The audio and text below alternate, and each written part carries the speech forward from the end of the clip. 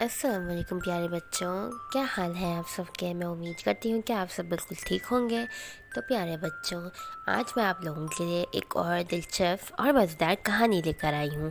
کہانی اگر اچھی لگے تو اسے لائک کرنا مت بھولیے گا اور میرے چینل کو سبسکرائب کر دیجیے گا۔ تو چلیں کہانی کو شروع کرتے ہیں۔ ایک دفعہ کا ذکر ہے، ایک جنگل میں ایک مکار اور چلاک لومڑی رہا کرتی تھی۔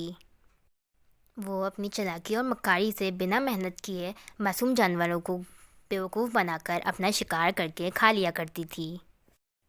ایک دن وہ ندی کنارے بیٹھ کر زور زور سے رو رہی تھی۔ لومڑی کی آواز سن کر وہاں موجود سبھی کیکڑے اپنے اپنے بلوں سے باہر آ گئے اور ایک نے آ کر پوچھا کہ کیا ہوا تمہیں، کیوں رو رہے ہو؟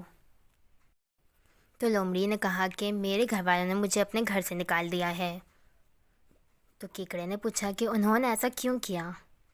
تو لومڑی نے کہا کہ وہ چاہتے تھے کہ میں تم جیسے معصوم کیکڑوں کو کھا جاؤں، اور میں نے ایسا کرنے سے منع کر دیا تو انہوں نے مجھے گھر سے نکال دیا۔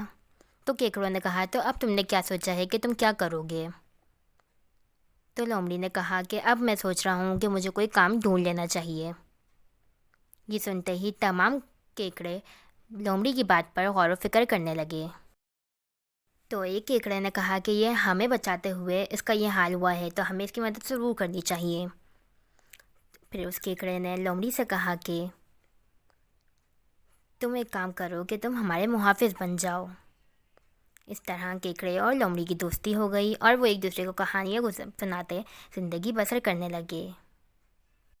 اس طرح ایک چاندنی رات آئی تو لومڑی کیکڑوں کے پاس آئی اور کہنے لگی، دوستوں، کیا کبھی تم نے چاندنی رات کا لطف اٹھایا ہے؟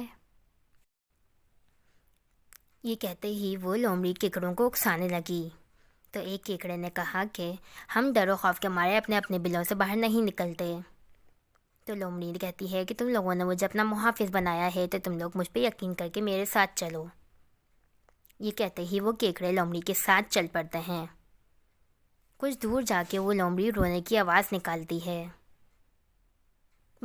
لومڑی کے رونے کی آواز سے بہت سارے لومڑیوں نے اچانک سے کیکڑوں پر حملہ کر دیا۔ یہ دیکھ کر کیکڑے بہت ڈر و خوف سے بھاگنے لگے۔